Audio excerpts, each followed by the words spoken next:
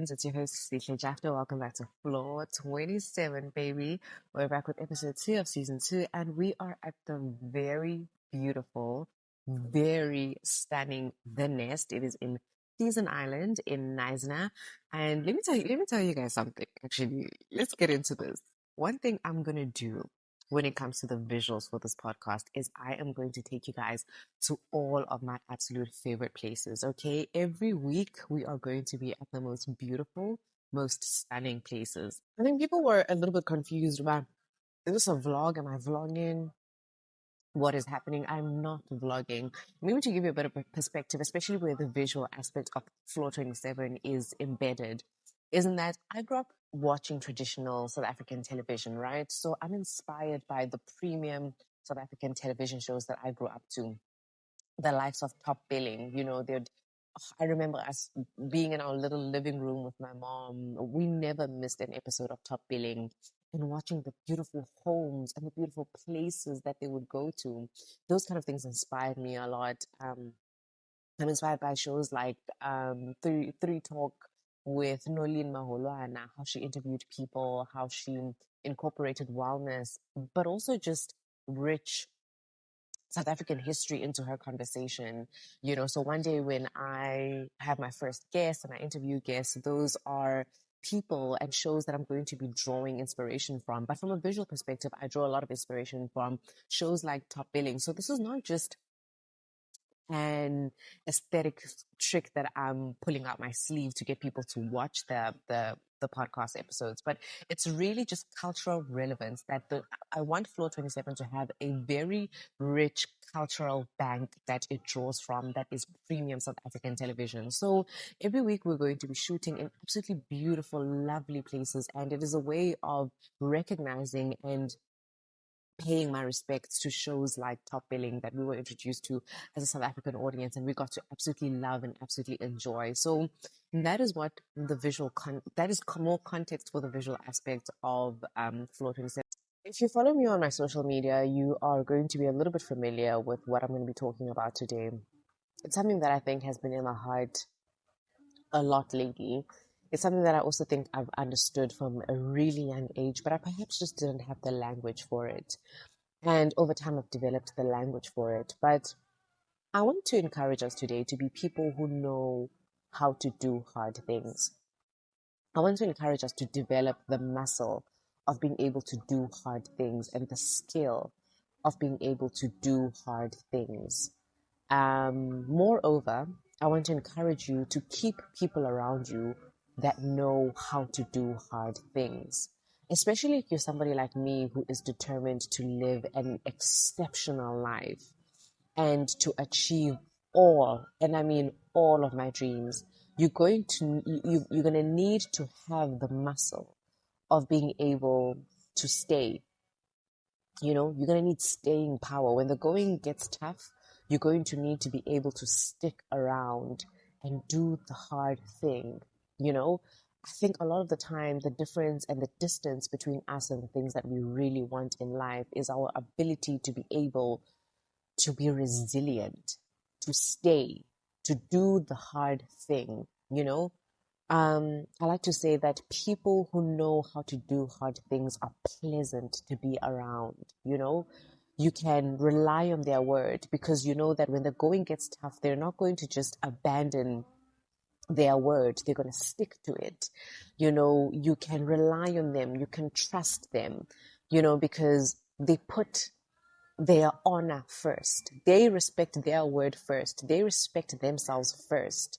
And they do the hard thing. They stick around and they do the hard thing. It's the friend who's going to stick around when friendship stops being convenient. It's not convenient to have a friend that loses a parent, who's going to need you to stay up with them at the crazy hours of the night when it's too quiet, when the world feels too quiet, and it feels like their grief is crippling them. And they don't even have the words to explain the depth of their heartbreak, but they just want to cry, and they want somebody who's going to keep them company as they cry. That is not an easy thing. But the friend who knows how to do hard things is going to be able to stick around and support you when they don't have the language to console you for losing a parent, for losing a dream job, for facing failure and facing difficult things in life, facing divorce, you know. But they stick around. They stick around for the hard things. They stick around for the hard moments, you know. It's not, it's going to be the partner, it's going to be the fiance, the husband, the wife who knows how to stick around when financially it doesn't look like you guys thought it would in the next 5 or 10 years, you know. In fact, it's easy to dishonor your partner. It's easy to cheat on your partner. It's easy to give in to instant gratification. It's easy to give in to your selfish wants and your selfish desires. But it's harder at times to set your own desire aside to consider that of your significant partner. If you want a husband or a wife who's going to really go down into the trenches with you as you grow old together and you lose parents, you lose siblings, and you go through difficult things in life, the husband and the partner that's going to be able to carry you when you cannot carry yourself, who's going to be able to pray for you when you cannot pray for yourself, is the one who knows how to do hard things. When raising those children gets tough, you know, and there's no parent book that can teach you how to steward um, a household full of teenagers, you know, how to raise an autistic child, how to how to do the hard things, you know, because the reality of life is that it comes with an equal measure of hard times and hard moments as much as it comes with the beautiful times, right? And oftentimes it's not about how hard it can get, but it's about how much resilience and how much muscle we've built and grown and developed over time for those hard moments, that those hard moments don't envelope us and swallow us completely, you know? And geez, even when it comes to just our dreams and pursuing the things that we want, that it's most of the time you don't get the yes at the first ask. Most of the time, the door doesn't open at the first knock. You know, it's going to be a couple of knocks. It's going to be a couple of asks. If you've been to university, it's a couple of nights that you had to stay up, you know. It's a couple of nights where you lost sleep to get the degree, to get the honors, to get the masters, right? That even the things that are the most important to us, that we dream of, that we live for, are going to require for us to have that muscle to endure a little bit of hardship. You know, it's not easy to believe in a God that you cannot see with your physical eye. It's not easy to trust that he wants good things for you and he's planning good things for you when right now it hurts and right now it doesn't make sense and right now you're waiting and it feels like the answers are not coming. It's not easy to pursue faith. It's going to take a little muscle of, you know, a little muscle, you know, it takes somebody who can push on, you know, and stay the course and stay when everybody else wants to leave, you know. It's not easy to literally have the body of your dreams. It's going to take going to gym on the days where you don't want to go, when you feel the least willing to go, right? But if we're going to be the parents that we wish we had, if we're going to break generational curses and raise our children in ways that will not leave them with generational trauma, you know, it's going to take going to therapy, and that's a hard thing, and facing our childhood traumas and coming face to face with them and healing from them. That is a hard thing to do. Anything that is truly worth having, anything that is truly, truly, truly worth having is going to take a little bit of perseverance, you know, a little bit of muscle to be able to go through the hard moment, but to be able to really see that hard push through, you know. And I think the biggest reward for me is just the kind of person that it builds within you and the kind of person it turns you into, and how being able to do hard things changes your perspective of the world and your perception of the value that you bring. I'm thinking about how when, geez, I remember running my first 5 kilometers, right? When I thought about the idea of running 5 kilometers, it was overwhelming mentally But after I did it the first time, the second time, the third time, I grew a deep sense of trust for my body. And that's why I'm always pushing my body. I recently tried aerial yoga, and doing yoga suspended from the ceiling sounds crazy to me. Like, I never knew that I'd be able to trust my body in that way. But every time I do a physical exercise and a physical thing that pushes my body to a place that it's never been to before, I find a new and deeper sense of trust for my body. And it's improved my experience of living in this body dramatically, drastically. Once you've done the hard thing, the amount of self-assurance, the amount of self-actualization and realization that takes place is absolutely phenomenal. Because now, if you want to take me cycling, sure, let's go. Because geez, I played paddle, I swim, I run 5 kilometers, I run 25 kilometers every week. I've done aerial yoga, I've done Pilates, I've done difficult things before. So if you want to take me cycling, absolutely sure. The next time a hard thing comes my way, where my body, my physical body is concerned, I'm more than happy to take it on and to tackle it. And it changes my perspective of the world. It really makes me believe that I can really do anything that I put my mind to and I set my mind on. And it makes life so much better.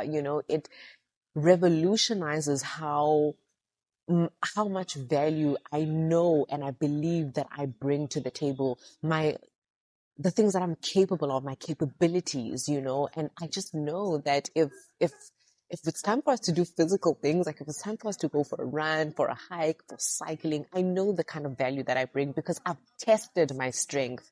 I've tested my strength. I'm in full knowing of how much strength I have and how capable I am, and this translates into every other area in your life. You know what I mean? Like, if you've put in the hard work where your career is concerned, when it's time for you to take up a new job, a new work environment, you've done this before, and honestly, when we talk about the idea of betting on ourselves, this is what it is.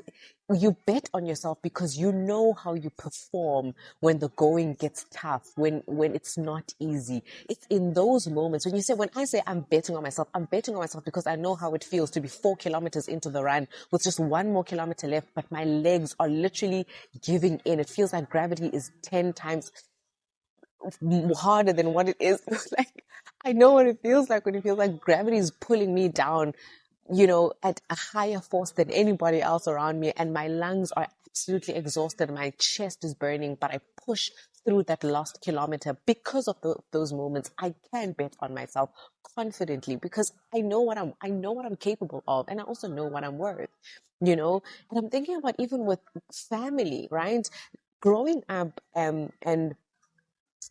I think primarily what adulthood, one of the things that I didn't expect the most about adulthood, being in your early 20s, and I think even translating into your 30s, is how your relationship with our parents changes, right?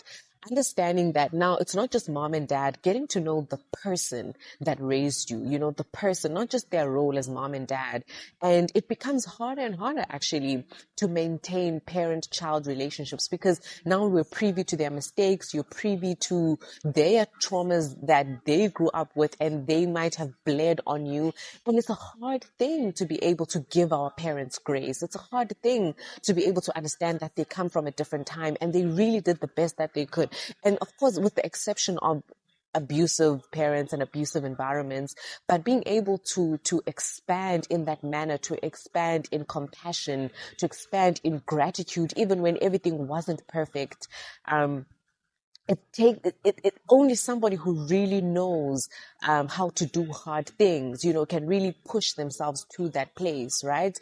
And yeah, I think more than anything, it improves your quality of life drastically and dramatically, how you see things, how you see yourself, and how your idea of your capabilities, and your idea of the world around you and how you can and cannot navigate the world around you, the places you can and cannot go to, I think a lot of the time depends on how much faith you have within yourself when it comes to doing the hard things, the thing that the average Joe is just not willing to do. But yeah, I absolutely love and appreciate you guys. Again, I want to thank you for all the love and the support. And I think, and I really hope and pray that this is a conversation that will resonate with you, and that you will be encouraged to do the hard thing. I picked up reading again. I want to read a minimum of one book every month. And I was thinking to myself the other day that I actually don't have a lot of Black women around me who read.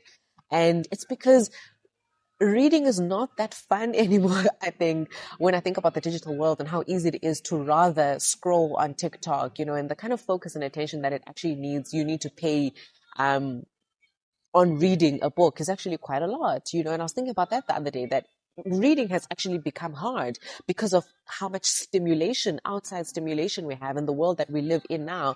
But I'm determined to read, and I'm curious of a world and a community that is filled with Black women that read, and what that would look like, and what that would feel like specifically for me, and it's so this trait of doing hard things is not just for the big things, but it is in the little things. I think it's the little things that truly build that muscle. It's being able to start with the little things. Read a book and see it through. Go to the gym. Go. Start the thing you said you're going to start. Stay up the extra hour studying. Do it. Do it. Do the hard thing. Do the difficult thing. You will thank yourself for it. You'll be good for it. You'll be good for it. And like I said, people who know how to do hard things are a pleasure to be around. They become the best friends, the best partners, the best daughters, the best employees, the best executives, CEOs, CFOs.